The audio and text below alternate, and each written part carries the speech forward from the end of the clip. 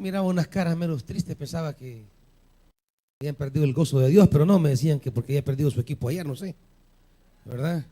¿Quién los manda a andar con malos equipos, pues? ¿Verdad? Vamos mejor a la palabra, hermanitos, y gocémonos todos mejor en la palabra. Primer libro de Crónicas. Primer libro de Crónicas. Estamos bien ahí.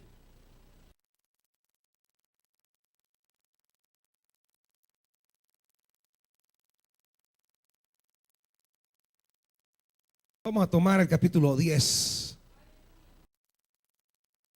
El primer libro de Crónicas.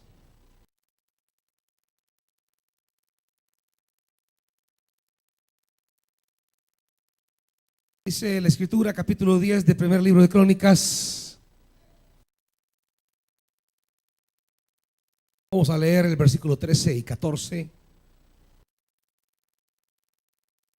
Dice así la palabra: y Saúl murió por haberse rebelado contra el Señor.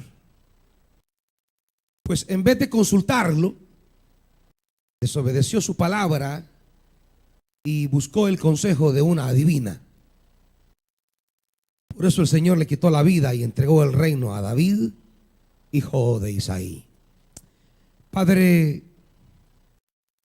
necesitamos tu palabra. Y junto con tu palabra necesitamos un corazón dócil para que esta palabra entre, penetre y haga sembrar una vida conforme a tu corazón. Esta mañana, Dios, te pedimos que el amado Espíritu Santo pueda no solo hablarnos, sino enternecer el corazón para provocar una vida que te sea agradable y aceptan de ti. Háblanos, Dios, en el nombre de Jesús. Amén.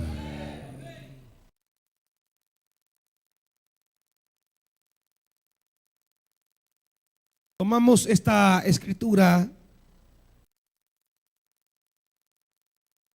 a fin de, diríamos, entender, a fin de comprender cuál es, digamos, el camino o cuáles son las cosas que nos traen provecho a la vida y cuáles nos traen desgracias a la vida. Y en continuidad al mensaje anterior, dentro de esas varias cosas que pueden traer provecho o pueden traer desgracia a nuestra vida, hay una de ellas que enfatizábamos en el primer culto y ahora lo remachamos. Tiene que ver con a quién oímos, a quién consultamos, quién es la persona que está incidiendo en mis decisiones, de qué me alimento, qué es lo que estoy absorbiendo, de quién estoy absorbiendo, quién aconseja mi vida, determina cuál será su destino, su rumbo. Los buenos consejeros nos pondrán un camino y nos pondrán alternativas coherentes con el corazón de Dios. Pero los malos consejeros nos impulsarán a tomar decisiones equívocas que van desarmando poco a poco la vida hasta que la destruyen. Uno de los problemas graves que tenemos aún los cristianos es que no sabemos elegir quienes aconsejan mi vida. No sabemos determinar a partir de qué criterios, a partir de qué palabra, a partir de qué enseñanza yo voy a conducir mi vida. En el marco de qué mentalidad, en el marco de qué palabra yo voy a tomar decisiones que traigan buenos frutos o decisiones que vengan a desarticular, a desarmar, a desordenar, y que en lugar de ir avanzando, en lugar de que vayamos creciendo, vamos disminuyendo se va desintegrando la vida y en lugar de avanzar retrocedemos, y en lugar de crecer disminuimos, y en lugar que la vida se afiance más en una perspectiva divina, vamos cayendo en una, digamos, en una perspectiva humana de desorden y de caos. Y es aquí, amados hermanos, donde personas, hombres y mujeres en la Biblia, que teniendo genuinos llamados de Dios, cometen el gravísimo error de escuchar a quien no deben escuchar y terminan perdiendo el glorioso llamado. Terminan perdiendo los planes maravillosos que Dios tiene en su vida. Hay quienes Dios les ha adornado de muchas bendiciones y comienzan a perderlas, a arruinarlas, a enfermarlas, porque desarrollan comportamientos, acciones, reacciones, actitudes basadas sobre consejos equivocados. Piensan que tal reacción, tal respuesta, tal comportamiento será provechoso o traerá algún tipo de beneficio, y al final no trae más que ruina. Pero de nuevo pensamos, ¿y quién es mi consejero, pues? ¿A quién le presto el oído para que me hable? ¿Quién me provee los criterios que determinen decisiones? Tenemos esta mañana aquí en la palabra el caso del primer rey de Israel. Un hombre llamado por Dios, un hombre elegido por Dios, un hombre que no tenía mayores, diríamos, perspectivas. Pertenecía a la tribu más pequeña de Israel, que era la tribu de Benjamín. La tribu en sí ya era insignificante en la nación. Y dentro de la tribu de Benjamín, la casa de Cis, que era el padre de Saúl, era la más insignificante. En términos humanos diríamos que Saúl no tenía la más mínima posibilidad de aspirar a una posición de reconocimiento en Israel. Era el más insignificante. Pero, amados hermanos, ¿cuándo vamos a aprender que el significado y el valor de mi vida no depende de las condiciones humanas o materiales en las que venimos, sino de nuestra respuesta al glorioso llamado de Dios? No es el apellido que llevamos, no es la herencia que obtenemos, sino cómo respondo al llamado de Dios, lo que me hará valioso en la vida, amados hermanos. ¿Cuántos venimos de familias insignificantes? De familias con crisis, o familias sin mayor trascendencia. ¿Cuántos quizás jamás pensaron en que nuestra vida tendría algún valor? Es más, ¿cuántos quizás pensaban que el hijo de fulano sería más importante que usted? ¿Cuántos pensaron quizás que habían compañeros ahí en la escuela bíblica dominical que tenían más capacidad o quizás más actitud o más comportamiento para ser un día pastor?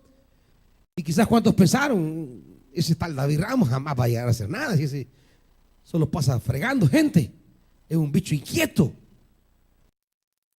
Sin embargo, amados hermanos, lo que va a determinar el futuro de nuestra vida no está en la base material que los padres nos dejen, sino en si logro entender el llamado de Dios, aferrarme a ese llamado y ser fiel a ese llamado. Eso nos hace grande en la vida, amados hermanos, y eso nos da valor de cara aún a la eternidad.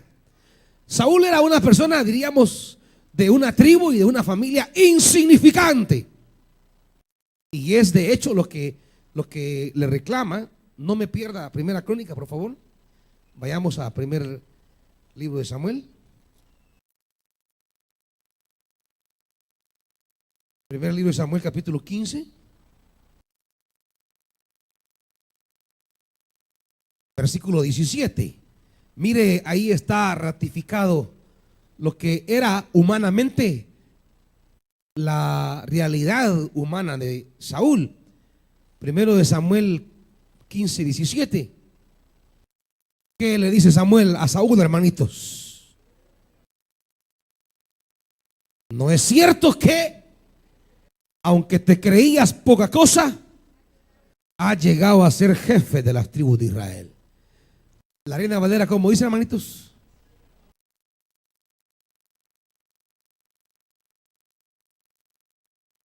Aunque eras pequeño a tus propios ojos, has sido hecho jefe de las tribus de Israel. Diríamos, ese ser poca cosa como realidad humana era la realidad de Saúl. ¿Cuántos, quizá en nuestra opinión o en la opinión de los demás, fuimos vistos como poca cosa? Quizá insignificantes. ¿Cuántos quizás dijeron, uy, no, con ese jamás quiero que mi hija se case? Y le miró así toda la cara de desgraciado. Y cada vez que podía le hacía sentir como humillarlo. Sin embargo, amados hermanos, la grandeza del hombre y de la mujer está en si entiende que Dios le ha llamado y se aferra a ese llamado, porque ese llamado lo hará grande. Ese llamado lo hará valioso. Eso era Saúl, hermanos, una poca cosa. Pero de esos insignificantes Dios elige para glorificar su nombre y hacerlos algo grande, hermanitos. Nadie debería pensar que está condenado a esa pequeñez, porque Dios en su llamado nos quiere hacer grandes. Pero el punto es, entendemos el llamado, asumimos el llamado, somos fieles a ese llamado. Y aunque Saúl era poca cosa, dice la Biblia que él empezó a ejercer el reinado por llamado divino. Y para poder en la vida ir en la perspectiva de Dios, tenemos que asumir el camino de Dios y tenemos que mantenernos escuchando a Dios en ese camino. El problema de Saúl es que comienza llamado por Dios, inicia llamado por Dios, pero en el camino sus oídos comienzan a prestar atención a otras realidades y comienza a buscar consejo donde no lo hay, y eso al final lo va a desorientar. ¿Cuántas personas, cuántos jóvenes van caminando tan bien en la vida cristiana y comienzan a acercarse a personas que lo desorientan? Creo que ustedes jóvenes pónganle cabeza a su vida espiritual y dense cuenta cuando alguien está influyendo para enfriar el llamado, para congelar su compromiso, y cuando ya su entrega a Dios y su trabajo en la obra de Dios carece de pasión, de gozo, porque anda siguiendo consejos o intereses o acciones que en lugar de potenciar su futuro a través del llamado de Dios, lo que hacen es vaciarlo de ese futuro. Mi amor, ¿y para qué va a ir a la reunión de jóvenes? Lo invito mejor a una Burger King. Y tiene que ir a predicar a la conexión. Corazón, es que yo cumplo años hoy. Mire, cumpla los años que cumpla ese. ¿Y qué tiene, pues? Primero es su llamado. Primero vaya y predique. Después compre una hamburguesa. Si es que no dio el piso en la ofrenda. Quédate conmigo, mi amor, veamos aquí esto. Ay, ya vio que lo agarró aguadito la primera vez. Ahí lo va a agarrar. 2, 3 veces que ya no va a la conexión a predicar.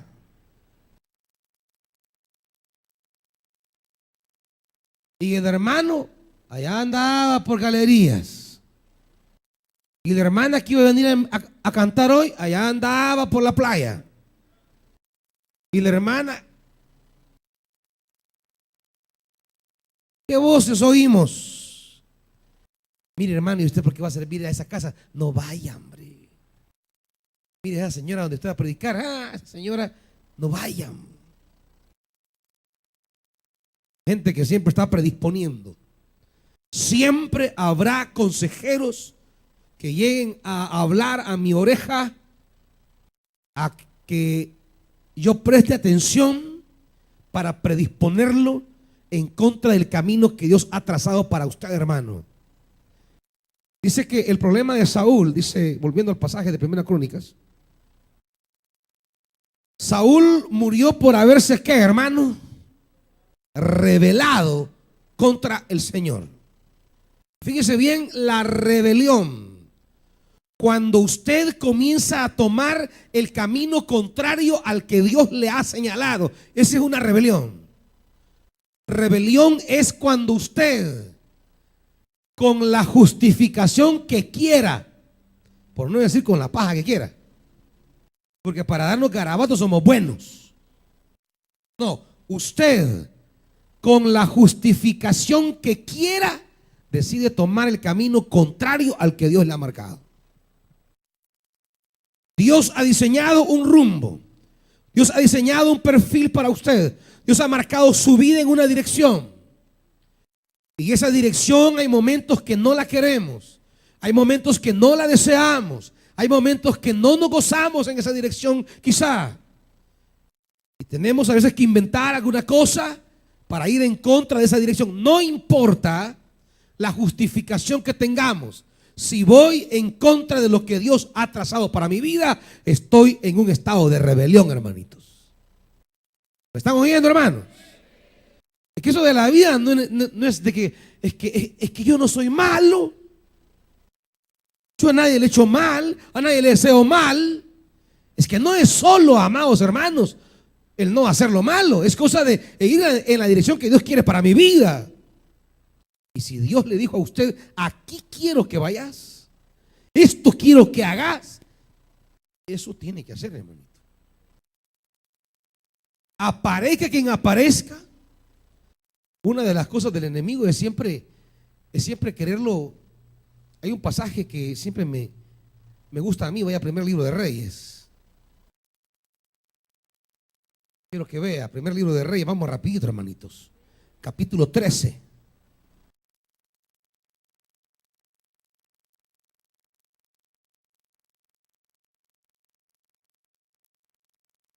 Quiero que vea rápido esta historia. Primer libro de Reyes, capítulo 13. Muy hombre de Dios podemos ser, y si comenzamos a oír a Dios, si comenzamos a oír a los hombres en lugar de a Dios, echamos a perder, hermano, la bendición del llamado. Capítulo 13 del primer libro de Reyes. ¿Está ahí, hermano? Sucedió que un hombre de Dios fue desde Judá hasta Betel. ¿En qué, hermanos? En obediencia a la palabra de Dios. Es que el hombre de Dios, si quiere que todo le vaya bien en la vida, debe de caminar en obediencia. Hombre de Dios, palabra de Dios.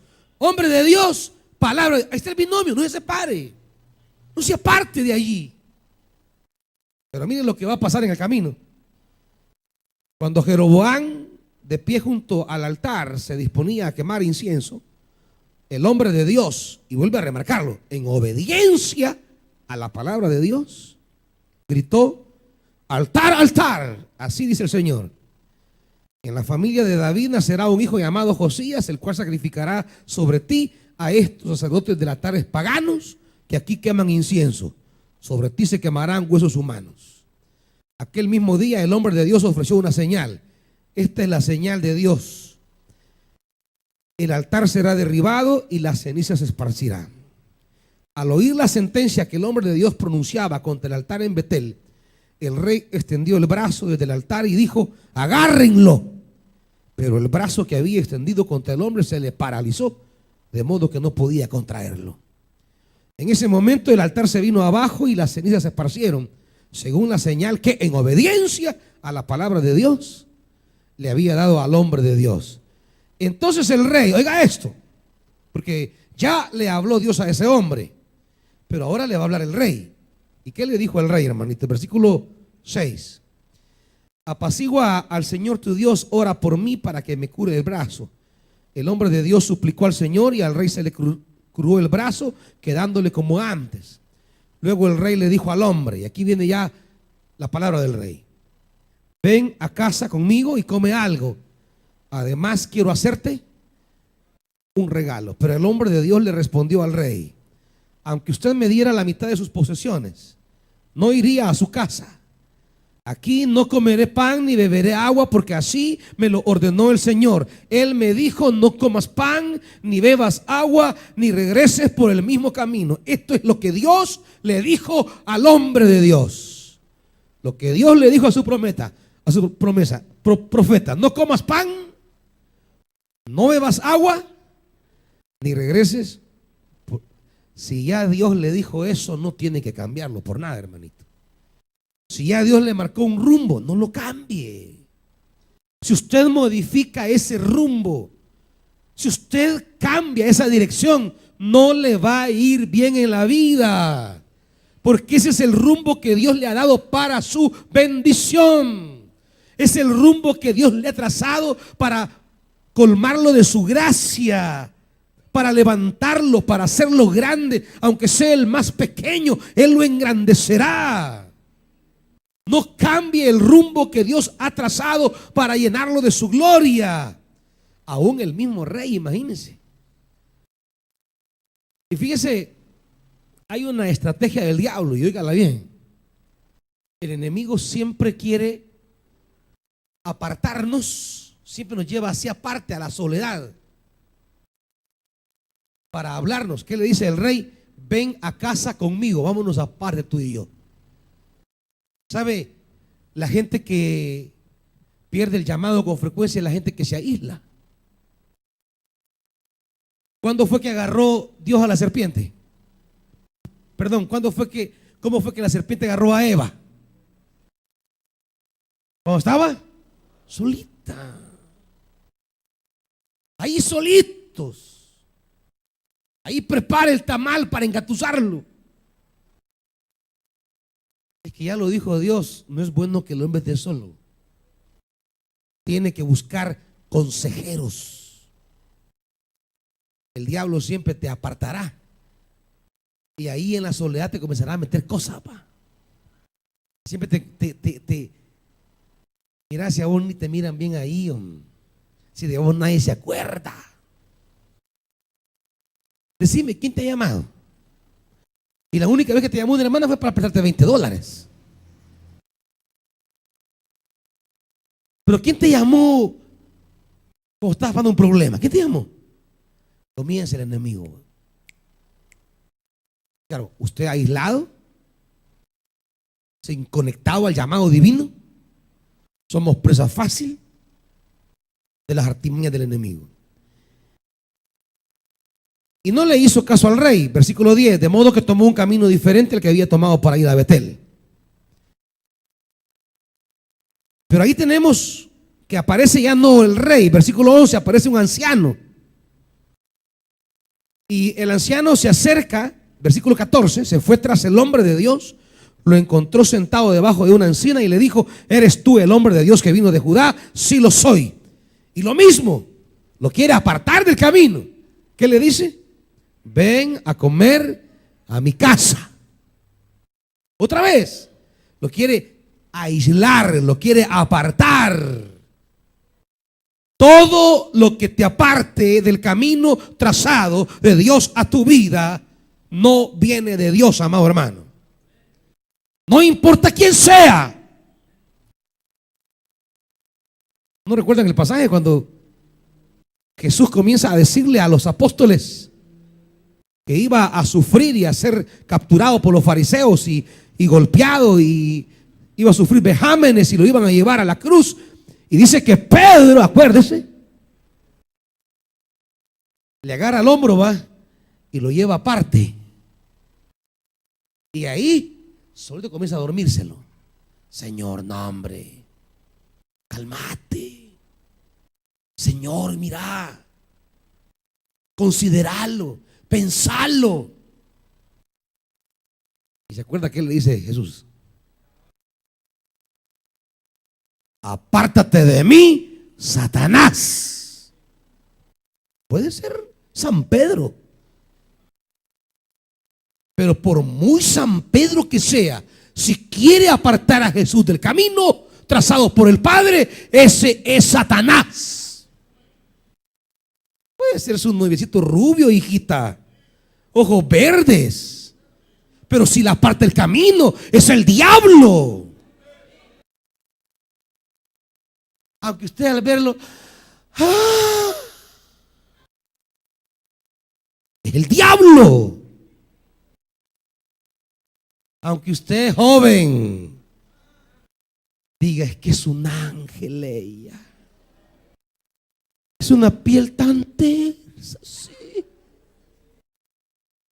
Es como tocar el pétalo de una rosa linda. Pero si esa te aparta del ministerio encomendado por Dios, es el diablo. Es el diablo.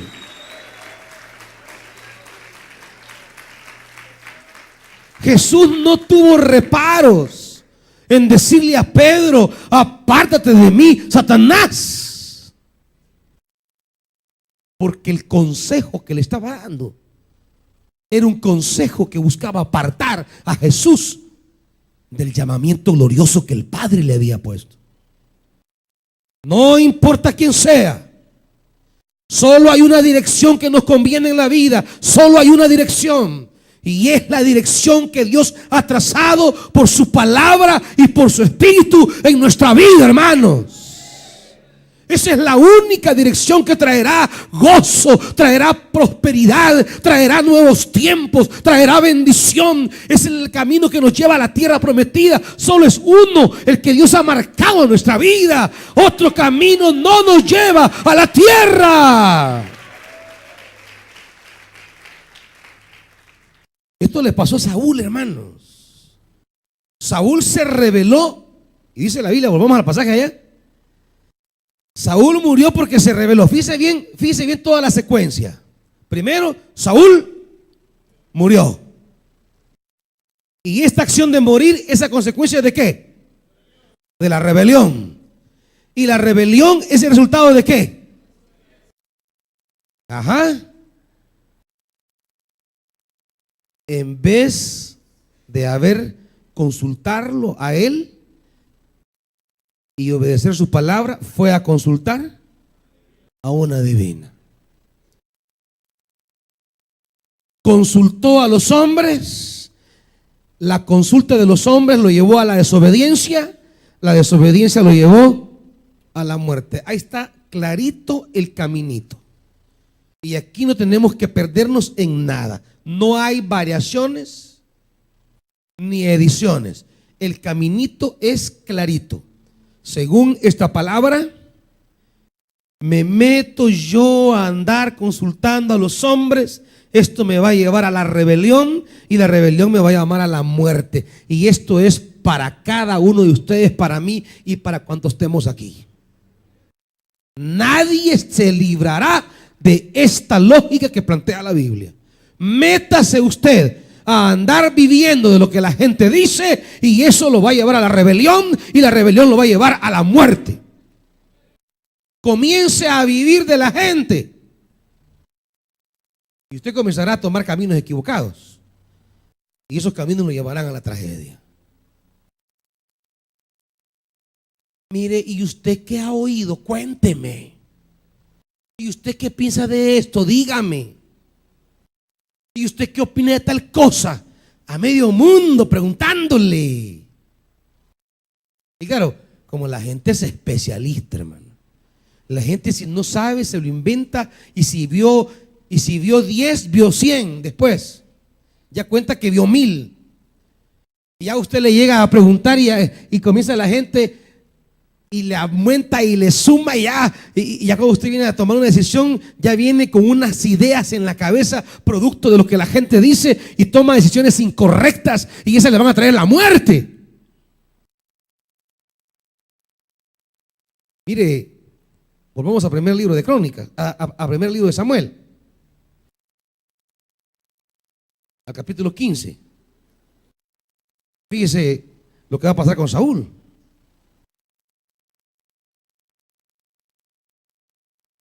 Primer libro de Samuel, capítulo 15, versículo 24. Saúl dice: he pecado, he quebrantado el mandato del Señor y tus instrucciones. Los soldados me intimidaron y les hice caso. Me gusta la Reina Valera como lo dice ahí. Léalo duro.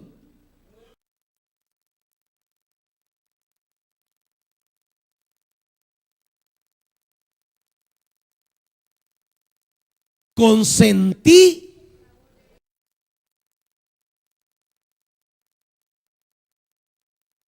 ¿Qué voz anda consintiendo usted? Mi amor, consentime mi vida. Siga consintiendo gente, más que a la voz de Dios. Ya va a ver cómo le va a ir. Más cuando le sale la lágrima, ¿verdad? Mi amorcito, por favor, te lo pido. Le harán lágrimas pajeras aquí, va. Consiéntala. Deje la palabra de Dios por consentirla. Veamos cómo le va. Abandone al Señor por esa voz quebrada. Por favor, mi amor, vamos al cine, mi amor. Y usted va consintiéndola. Deje la palabra y consiéntala. Veamos cómo le va. Deje lo que Dios le ha encargado. Tenga en poca cosa lo que Dios le ha entregado. Eso le pasó a Saúl aquí. Dios le había entregado una tarea, le había dado un honor, le había dado un cargo, le había dado un ministerio, le había dado algo glorioso. Pero los soldados, cuando fueron a Amalek, comenzaron a decirle: no, Saúl, dejemos estas vacas aquí, dejemos estos corderos aquí, dejemos estas ovejas, llevémoslas. ¿Y qué dice Saúl? Señor, es que yo consentí la voz de ellos. Cuando consentimos la voz de los hombres, mire el versículo 26 lo que pasa. No voy a regresar contigo, le digo a Samuel. Tú has rechazado la palabra del Señor y Él te ha rechazado como rey de Israel.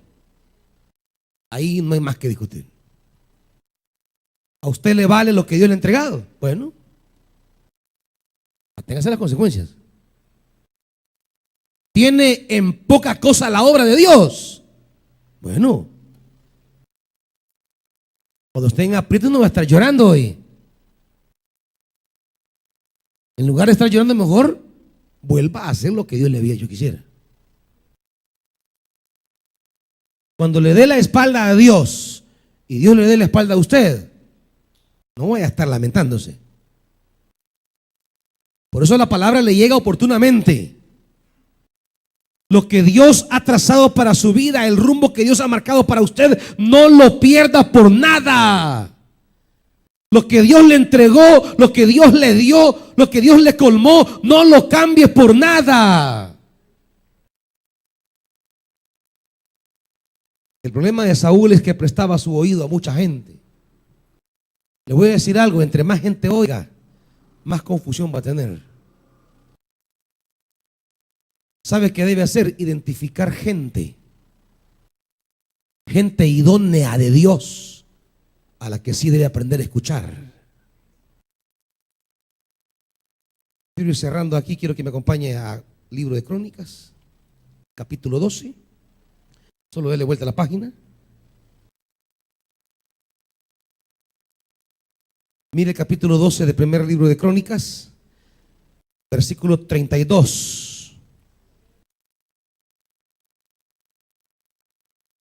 Dice: de Isaacar, oiga esto, de la tribu de Isaacar habían 200 jefes y todos sus parientes bajo sus órdenes. Y quiero que oiga esto. ¿Cómo eran estos hombres? Eran hombres expertos en el conocimiento de los tiempos, que sabían lo que Israel tenía que hacer. Imagínense esta gente con la que contaba Israel, de la tribu de Isaacar. Eran 200 hombres que tenían, dice la palabra, una idoneidad para discernir el conocimiento de los tiempos. Y estos sabían siempre lo que Israel tenía que hacer. Imagínense un pueblo asistido por 200 hombres en quien reside sabiduría de Dios para discernir los tiempos en la vida. Imagínense Saúl, en lugar de escuchar a hombres de Dios idóneos en la palabra, comienza a prestar el oído a personas que no le traerán ningún provecho a la vida. Jóvenes, tengan cuidado. Jóvenes, escuchen por favor. Miren, ¿cuántos muchachos han estado aquí en la obra de Dios trabajando, entregados, con llamamientos genuinos como Saúl? Pero comienzan a escuchar voces extrañas, comienzan a oír al compañero de la clase, al vecino que anda en caminos raros, comienzan a prestar el oído para que jóvenes que andan sin Dios y a saber en qué cosas andan, comiencen a dormir. Señoritas, sepan a quién escuchen. No escuchen a los malandrines. Comiencen a dormirla. Sí, mi princesita, si usted es mi tesoro, mi amor, y yo la voy a cuidar, la voy a proteger. Y usted, ay, feliz de haber encontrado a mi príncipe, y es un malandrín del mundo. No conoce al Señor ni a su palabra, aunque también debe cuidarse de algunos que andan vestidos de ovejas.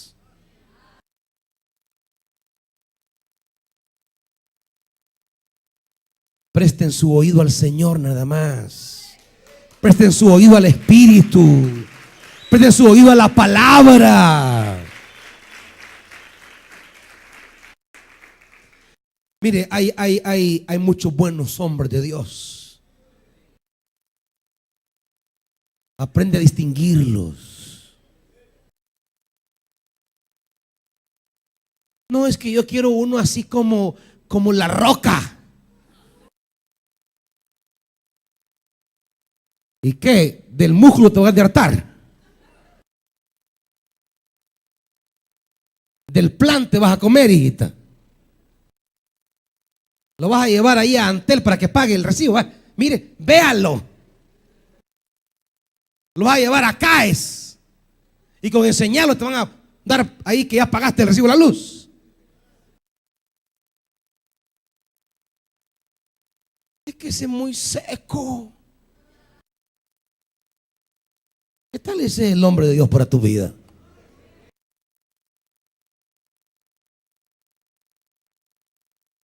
No es que yo quiero una rubia. Siempre soñé con una de ojos verdes.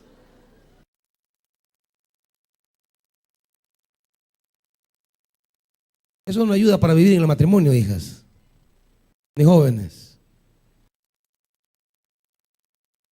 El matrimonio es cosa seria. Yo siempre digo, ojalá tengan la capacidad de saber en qué lío se meten. Porque estos creen que el matrimonio solo es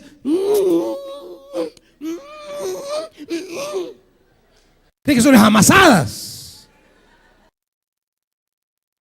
Ay, quisiera estar así por siempre contigo, mi amor. Ay, hermanito, si así fuera. No. Es cosa seria el matrimonio. Es complejo.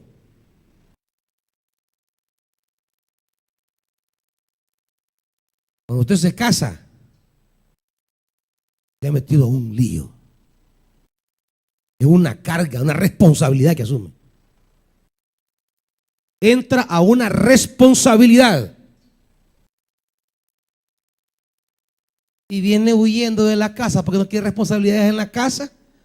Ay, papito.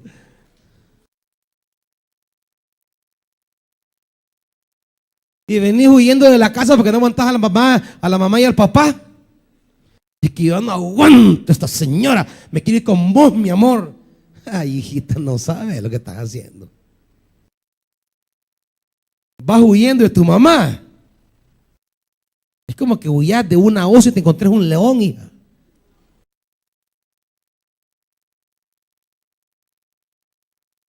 Son cosas serias estas cosas. Pero quién te da palabra al oído? ¿Quién te dice, sí, metete, dale, dale, hija?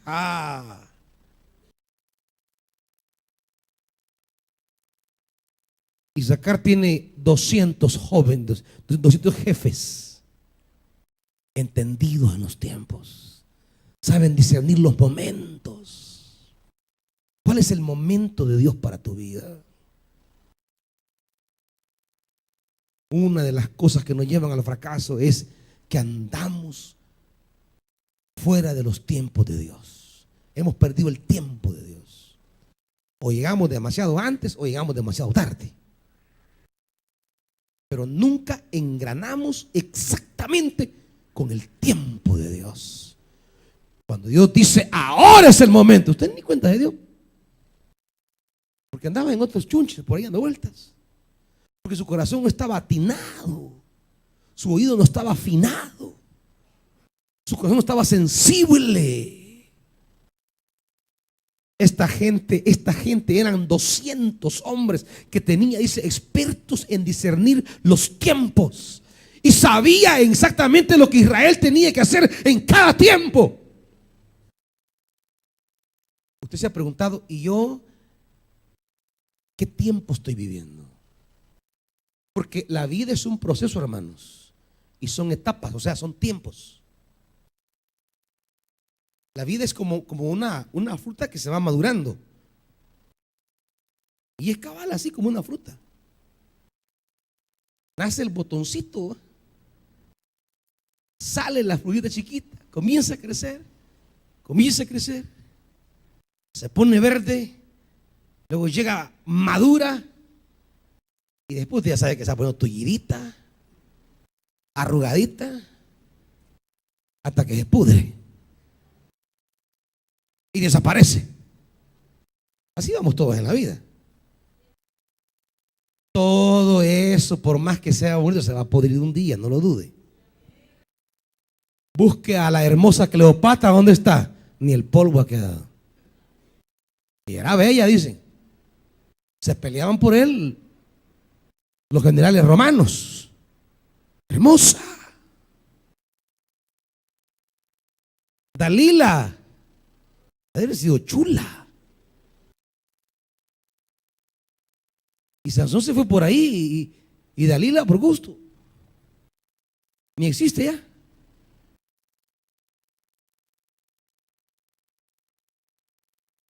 Hay tiempos. ¿Usted sabe el tiempo que está viviendo?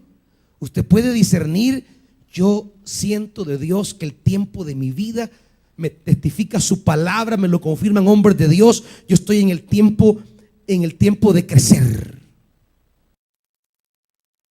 Estoy en el tiempo de trabajar. Estoy en el tiempo de estudiar. ¿Es capaz usted de discernir cuál es el tiempo que está viviendo? Porque de acuerdo al tiempo que está viviendo, así debe enfocar su vida. Pero hay quienes 14 años tienen y ya creen que están en el tiempo de andar para arriba y para abajo fregando con hombres o mujeres.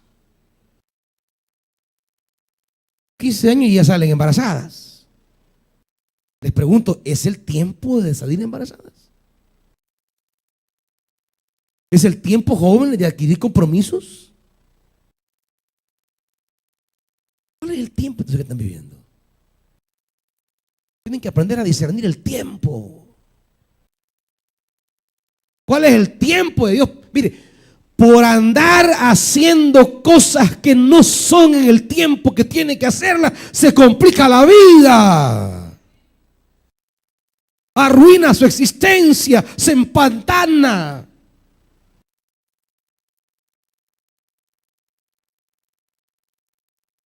¿Y a quién está usted escuchando? Usted tiene que aprender a discernir. Vive una crisis, está pasando un problema, aprenda a discernir qué tiempo estoy. ¿Será que este es un tiempo de recogimiento, de búsqueda de Dios? ¿O en lugar de esta crisis que estoy viviendo, comienzo a andar fregando para arriba y para abajo? ¿Es el tiempo de fregar acaso? ¿O será un tiempo de meditar? ¿Será que Dios me hace pasar por esta crisis para que yo reflexione, para que yo le busque, para que yo le adore, para que me meta más con Él? ¿Será el tiempo de intimar con Dios o el tiempo de estar intimando con hombres o mujeres? ¿Qué tiempo estoy viviendo? Cuando aprendo a discernir el tiempo de Dios, sé en qué me debo concentrar en la vida entonces. ¿Saben, amados hermanos? Mucha gente, por no discernir las etapas de su vida, se mete en problemas. Aquí está esta gente, hombres expertos en el conocimiento de los tiempos. Ellos reflexionaban en Dios, meditaban en Dios y decían: Dios lo que quiere que hagamos en este momento es esto. Sabían qué tenía que hacer Israel en cada momento. Señor, ¿y qué hago? ¿Y qué hago? ¿Y qué hago? ¿Está escuchando a la gente que tiene que escuchar? ¿Está oyendo al Espíritu que debe escuchar? Mucha gente en crisis toma acciones y decisiones que en lugar de sacarla de la crisis le complican más. Hay gente que tiene crisis número 2, pero no supo discernir lo que Dios quería en ese momento, toma decisiones y llega a crisis número 8. Y si no aprende a discernir qué es lo que Dios quiere para su vida, va a seguir en la crisis más hondo. Hasta que tocamos fondo. Saúl tocó fondo porque no quiso discernir el tiempo de Dios para su vida. Como cuando Jesús le dice a Jerusalén: por cuanto no reconociste el tiempo de tu visitación. ¿Usted no se ha preguntado en esto que hace mi hijo? Porque hay padres tan necios, digo yo. El hijo viene a servir, a trabajar en la obra y pasa en la iglesia y trabaja, y el padre: y ya vos otra vez para la iglesia, vos. Llévate la cama. No podrá decir usted como padre: ¿qué tiempo Dios me está hablando? ¿Será un tiempo? ¿Será que Dios en mi hijo me está visitando y me quiere dar a entender algo? ¿Será que Dios me quiere decir algo en esto que mi hijo? Miren, tatas. Que un hijo en estos tiempos esté buscando a Dios, denle en gracia, acompáñenlo, trabajen junto a Él. Porque en estos tiempos, estos muchachos, el mundo les ofrece de todo. A sus hijos en la escuela le ofrecen de todo: sexo, marihuana, cigarro, cerveza, guaro, piedra, de todo. Su hijo está queriendo conocer. Y de repente está buscando al Señor. Que va a servir a la conexión el lunes, que va a la escuela de predicadores el martes, que el miércoles la reunión de servicio, y el jueves el culto principal, el sábado los jóvenes, el domingo los cultos. Y este loco, ¿no será un llamado de Dios a su vida? Que Dios le dice: métase más, papá, métase más, mamá. Su hijo va a la casa de Dios, acompáñenlo, apóyelo. Toma, hijo, para el pasaje, te voy a ir a traer, hija. Pero no, mira qué horas de venir son estas. Te van a ayudar en la calle. Si te pasa algo, yo te voy a responder por vos. Decirle: hijo, vaya, yo lo voy a traer, hijo. Vaya, hija, yo lo voy a traer. ¿Qué quiere? ¿Venir a traer a la iglesia o a la discoteca? ¿Qué quiere? ¿Venir a recoger a su hijo aquí o al cementerio?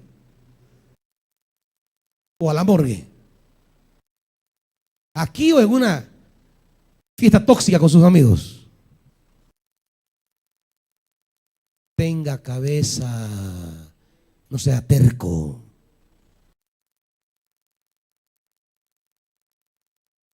Esposos, esposas, sé que su marido va cada rato a la iglesia.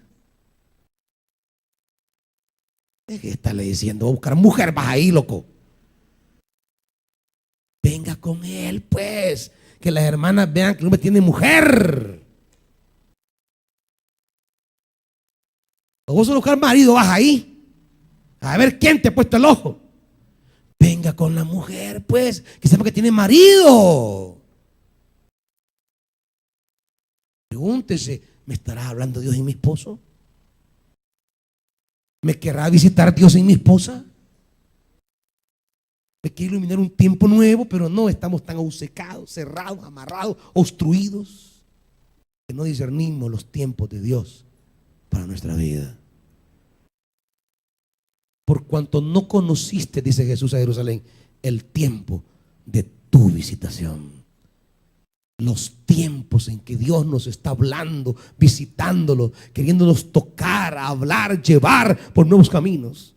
Quiero terminar con un pasaje de la Biblia en el que uno se pregunta, ¿y cómo es que solo Isaacar tenía esta gente tan sabia y los demás no? Les voy a decir por qué. Génesis 49.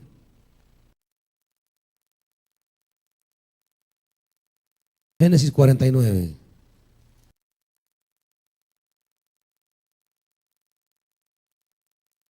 Le voy a decir de dónde viene la sabiduría, por si la quiere.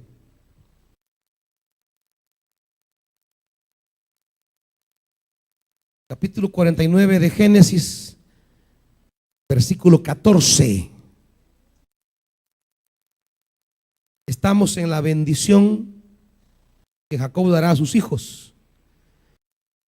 Dice, Isaacar es un asno fuerte, echado entre dos alforjas.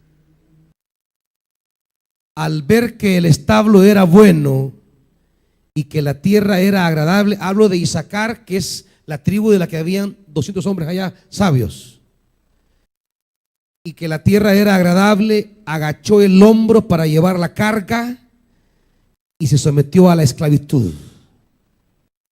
Fíjese rápidamente la descripción de Isaacar: asno fuerte.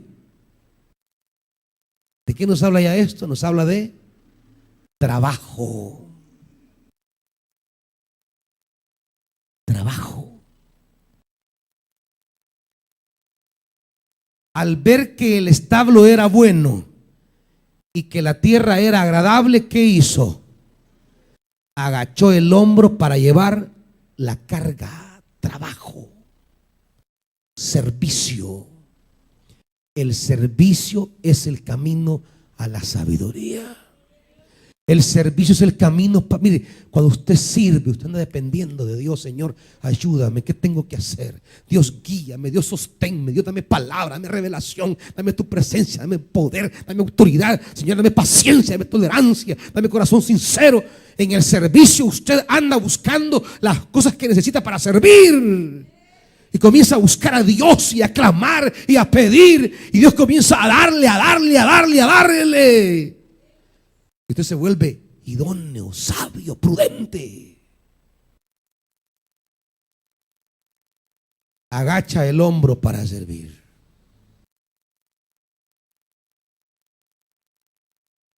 Los haraganes jamás van a llegar a ser sabios. Los perezosos, los indolentes, jamás van a desarrollar discernimiento en los tiempos, nunca. ¿Y para qué? Porque el discernimiento de los tiempos es para aquellos que quieren hacer lo que Dios les agrada. Aquellos que andan queriendo hacer la obra, trabajando en qué le ayudo, qué hago. Está sin hacer nada. Dios, dame sabiduría. ¿Y cómo no le da sabiduría a Dios? ¿Para qué? La sabiduría es para los que están poniendo el hombro duro para trabajar. El discernimiento de Dios es para aquellos que están echando el hombro fuerte. el discernimiento de Dios. Dios va a bendecir con gente sabia, idónea, pero esa gente primero tiene que estar haciendo la obra de Dios. Señor, dame sabiduría. ¿Y para qué? ¿Cuál par de zapatos quiero comprar? A veces es dar un sol.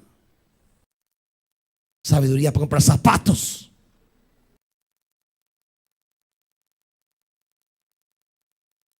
Señor, quiero discernir el tiempo. ¿El tiempo de qué, hijita? ¿De ver tele, o computadora o celular?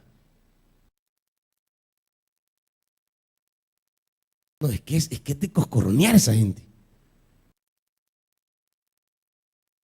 Señor, dame discernimiento. Tengo 5 mujeres. ¿Cuál es, Señor?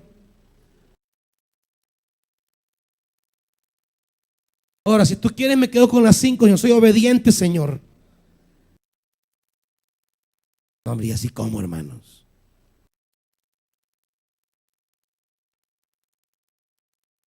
Señor, estoy saliendo con 6 chicos.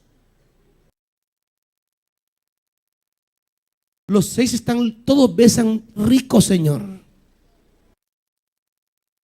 ¿A cuál elijo, Padre?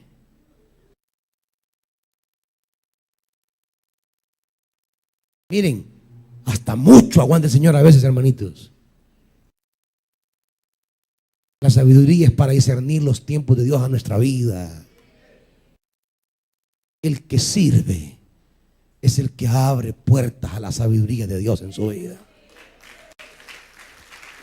Pónganse de pie, amados hermanos.